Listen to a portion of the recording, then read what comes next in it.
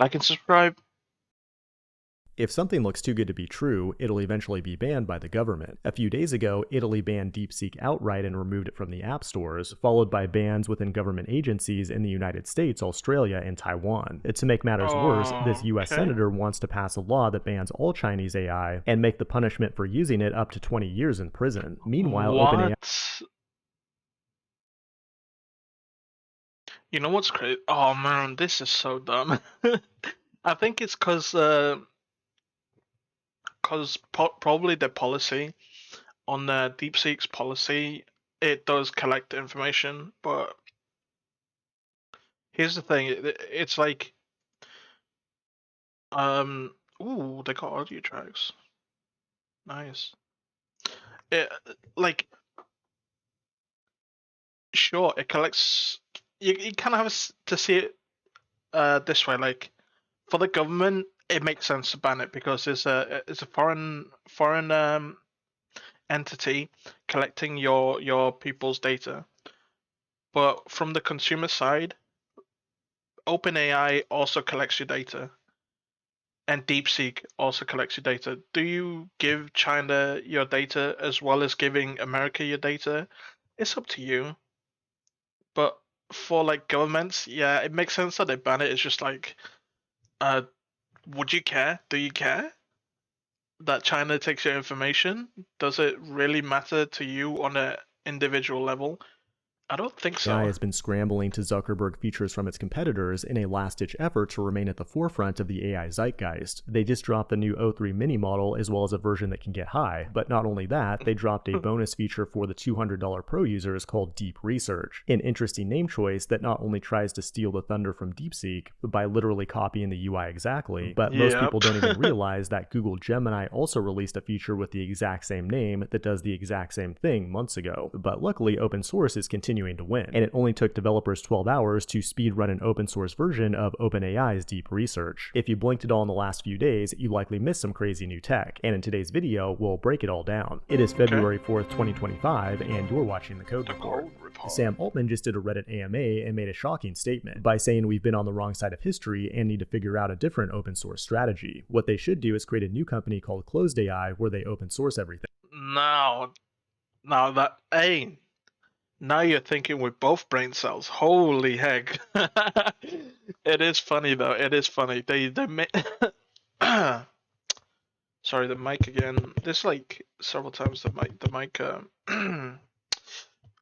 Anyway, that they came out as an open AI like uh software, and it was open to everyone. It was open source.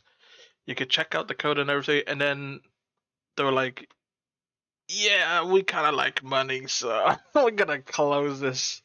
We're gonna close But this in all down." likelihood, it's just corporate damage control talk. Because a year ago, OpenAI could do no wrong, but after going for profit and losing to DeepSeek, they're like Stella trying to get her groove back. But they did release the new O3 I models, don't get not that to be reference. confused with Never seen that. O1 or 4.0, and O3 Mini is legitimately impressive. It's a fast, cheap, and free reasoning model that's on par with DeepSeek R1, and beats it on many benchmarks. And even the pros Okay. can use it on the ChatGPT free plan. For the The last few days, the internet pause. has been debating which one is better, but there's no definitive answer on which one has the best vibes. I put them to the test this weekend myself along with Claude Sonnet by having them build a 2D game in Godot, which is an awesome game engine with Ooh. its own language called GD Script. And I even had them build a 2D pixel art. When it comes to art, Claude was the best, with DeepSeek in second and O3 last. But to be honest, all three of them sucked pretty bad. And personally, I refuse to call anything a true AGI until it can code a GTA 7 caliber game. But when it comes to the actual game That's code, true. well, I That's got true. similar results. Claude was still the most useful, followed by DeepSeek and then O3. The problem with DeepSeek, though, is that the website was constantly overloaded, and now the Chinese have my game idea. But I think Yeah, that's kind of crazy, man.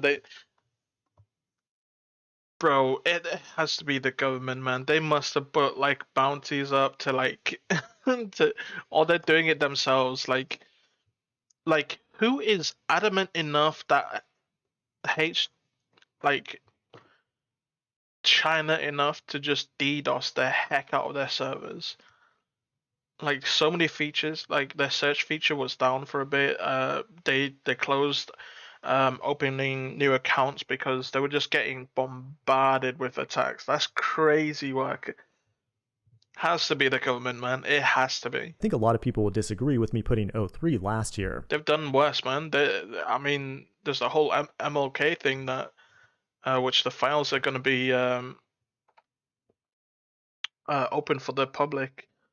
Like they killed people. So they DDoSing a competitor, a foreign entity's like AI. Yeah, it makes sense. On the internet, there are many They've done reports of worse. O3 outperforming DeepSeek by a wide margin, and ultimately, it just comes down to choosing the right weapon to murder your code with. Despite OpenAI's comeback, the DeepSeek founder has become a national hero in China, and brought great honor to his hometown in Guangdong. The other big OpenAI feature, though, is deep research. Like I mentioned, Google Gemini also has this feature, and to be honest, it's pretty awesome. Instead of just hallucinating slop from the base model, it'll go out and find a bunch of slop from the internet to give you a more accurate response. And that could be incredibly useful if you're doing something like a competitor analysis to start a business, or if you're a lawyer with a huge case file, or a doctor trying to analyze a confusing medical.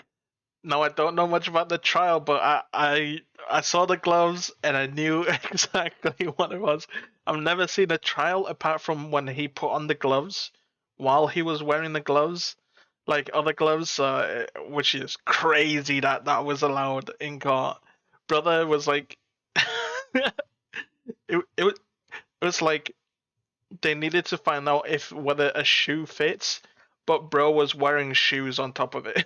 Like he was already wearing his pair of shoes, and then he slipped on the murder shoes. History. In fact, my doctor subscribes to ChatGPT Pro, and after checking out this mole on my arm, he recommended that we amputate my head. But unfortunately, my lawyer also uses Very human. ChatGPT Pro, and he just got me 10 years in prison for a parking ticket. And Sam Altman, who's definitely not known to overpromise and underdeliver, has said that deep research can do a single-digit percentage of all economically viable jobs in the world, which is big if true, and would make OpenAI the most valuable company in the world if it's the one supplying the AI for that. But if you don't want to be on the wrong side of history like Sam Altman, you should use open source tech to get your news, like daily.dev, the sponsor of today's video. It's an entirely free tool that curates all the best content for programmers on the internet. Not only is it loved by over 1 million developers, but you can find its entire application suite on GitHub. The best way to experience it is with their browser extension or the iOS and Android apps on mobile. Most importantly, though, it's a place where developers can suffer and learn together, a place to discover the latest trends in technology and discuss them with like-minded professionals. And they just launched a new Plus subscription with features like Clickbait Shield and a bunch of other perks. And for the next 72 hours, you can get a bonus and the first month free by entering the code FIRESHIP. Use the link below to begin some healthy suffering on daily.dev. This has been the Code Report. Thanks for watching, and I will see you in the next one. Damn, I wish I had the patience for that, man. But yeah, it's crazy, man. I think the government has something to do with it. They have something to do with it. They've done worse for less, far less. Imagine just murdering someone who wants like civil rights. Like imagine killing someone for wanting to be treated like a human, and you think to yourself, would they DDoS, would they cyber attack a foreign entity's AI?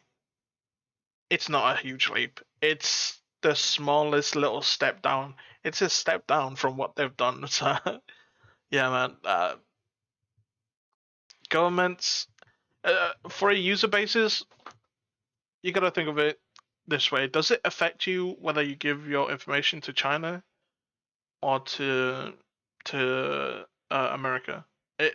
It comes down to you. It's on a user like basis.